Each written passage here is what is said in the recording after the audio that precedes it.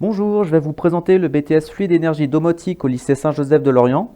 Nous avons deux options. L'option A, les thermiciens, donc ça va concerner tous les réseaux de chaleur et production de chaleur.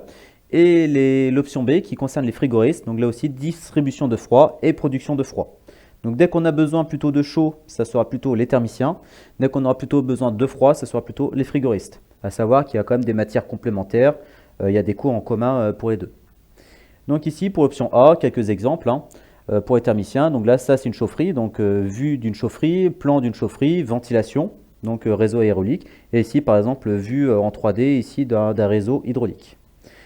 À savoir que nos installations sont connectées, aussi bien en A ou en B, donc notamment les alarmes, tout ce qui va être compteur, notamment pour savoir d'un point de vue énergétique si c'est bien, les accès, ici on peut voir en temps réel les températures, les réglages des différents composants. Donc maintenant nous avons de plus en plus des installations connectées, donc ça c'est important de le savoir. Du chauffage, on peut aussi l'avoir d'un point de vue industriel. Donc on commence vraiment par les bases avec par exemple le chauffage d'une maison et après on finit d'un point de vue industriel avec ici les très très fortes puissances. Donc là par exemple une salle blanche.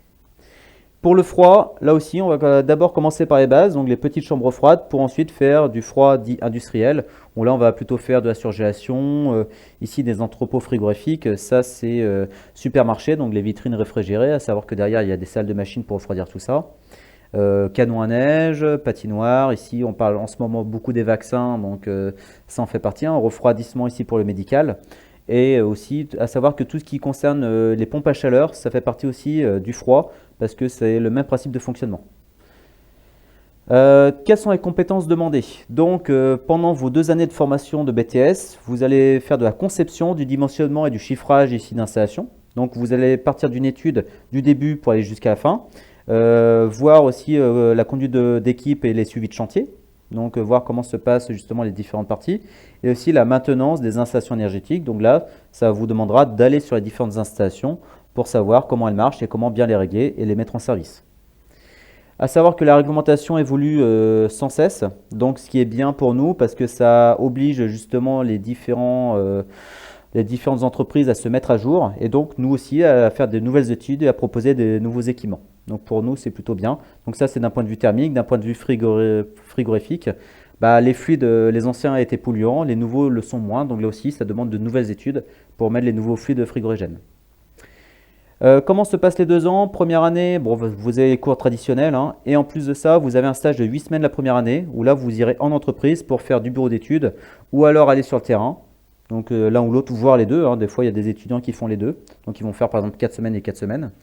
Et sinon, en deuxième année, ça c'est une bonne partie, c'est 120 heures réparties en deuxième année, donc c'est sur 4 ou 5 semaines, où là vous avez un projet professionnel à proposer. C'est-à-dire qu'on vous donne une étude et c'est à vous de faire l'étude complète, comme si que vous étiez en bureau d'études, à proposer une solution technique justement pour valider ça. Donc ça c'est quelque chose qui est noté justement pour le BTS et ça rentre en compte pour l'examen, avec notamment un rapport et un oral. Quelques exemples de projets qui ont été faits. Donc ça, par exemple, les étudiants ont dû faire justement, pas le bâtiment, mais l'étude après de la partie énergétique de ce genre de bâtiment-là. Donc aussi bien la ventilation, le refroidissement, les réseaux hydrauliques, etc. Donc voici quelques exemples de bâtiments qui ont pu être faits justement en projet, en option A ou en option B. Donc ça, une patinoire plutôt option B, supermarché. Je vais vous montrer maintenant les ateliers. Donc pour les ateliers, à savoir que il y a la partie théorique, mais vous avez aussi la partie, on va dire, entre guillemets, pratique. Donc ça, c'est ce que nous, on appelle la salle KF. Donc dans cette salle, vous avez ici plusieurs équipements énergétiques qui sont plus souvent utilisés, notamment par l'option A. Mais il y a aussi un petit peu les B qui travaillent dans cet atelier. Donc ici, vous avez des centrales de traitement d'air. Donc les centrales de traitement d'air qui servent justement à traiter l'air, refroidissement, chauffage de l'air, filtration. Ici, nous avons différentes chaudières pour maîtriser justement la partie mise en service, mesure. Et ici, là, nous avons différents petits modules qui servent justement à la compréhension des bouts d'installation, on va dire, avec des pompes, des circulateurs, des bancs de paire de charge, etc. Maintenant, pour l'atelier froid. Donc l'atelier froid, donc là c'est un atelier qui sert aussi bien en bac pro qu'en BTS. C'est pour ça qu'ici nous avons pas mal de petites chambres froides. Donc là il faut être capable sur ce genre d'installation là aussi de faire des mesures, de faire du dépannage, de faire des mises en service. Et là, nous avons beaucoup d'installations. Donc c'est pour ça qu'on essaie de diversifier les installations avec des petites installations et de l'autre côté, ici, des installations déjà un peu plus importantes. Là aussi, pour faire le rapprochement après avec ce que l'on peut retrouver sur le terrain. Donc avec ici, par exemple, le type d'installation qu'on peut retrouver ici en agroalimentaire pour le refroidissement. Ici, c'est un tunnel de congélation. Et puis derrière, là, nous avons ici des installations en CO2, ici centrale CO2, parce que justement, les installations, il faut des nouveaux fluides frigorigènes et le CO2 fait partie ici des fluides intéressants pour la suite. En salle de cours, je vais vous montrer ici une salle de projet. Donc cette salle de projet, elle est utilisée notamment pour les cours sur Revit.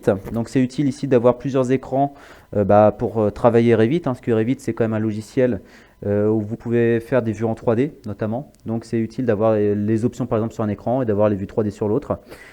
C'est une salle qui est aussi utilisée, comme je le disais, pour les projets.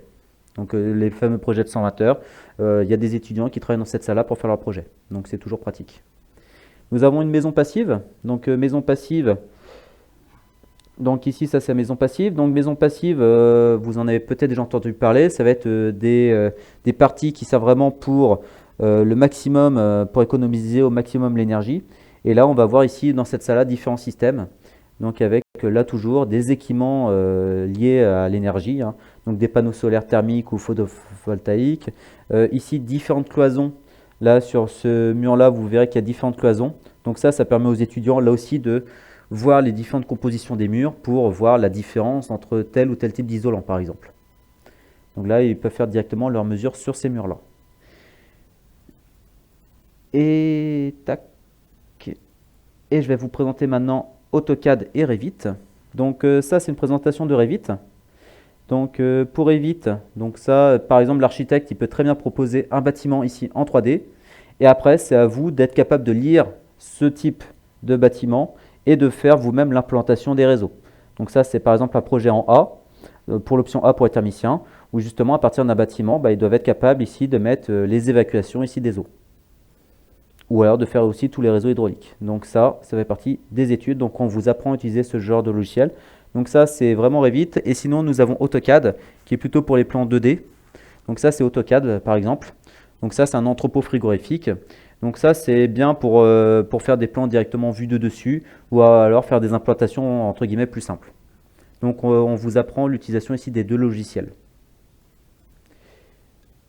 Donc ici, en perspective d'emploi, vous avez différentes possibilités pour finir, hein. Donc bureau d'études, dessinateur, technico-commercial, chargé d'affaires, mise en service, etc.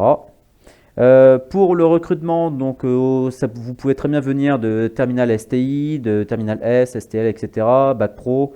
Il n'y a aucun souci là-dessus. Donc même si vous n'avez jamais fait d'énergie avant, le principal c'est que vous soyez motivé. Si vous êtes motivé et que vous avez un niveau BTS, il n'y aura aucun problème. Dans la poursuite d'études, si je reviens avant, vous pouvez poursuivre justement sur des licences. Il y a plusieurs licences qui permettent de poursuivre. Si vous avez un excellent niveau, vous pouvez très bien faire une prépa ATS pour l'école d'ingénieur. Ou alors, par exemple, pour l'option froid, vous avez l'Institut français du froid industriel qui est reconnu par les entreprises de froid. Nous avons en plus une option, donc c'est une option un petit peu complémentaire à l'option A et l'option B, c'est l'option ENERNUC, donc l'énergie nucléaire. C'est une préformation sur l'énergie nucléaire en partenariat avec l'armée. Donc si ça se passe bien avec nous et avec l'armée pendant cette formation-là, vous pouvez être recruté après par l'armée pour travailler sur les sous-marins à Brest ou à Toulon. Et là, vous aurez vraiment une formation complète pour travailler justement sur cette partie-là. Donc pour des informations complémentaires, n'hésitez pas à aller voir le site internet et à vous renseigner justement sur les différents métiers de frigoriste ou de thermicien.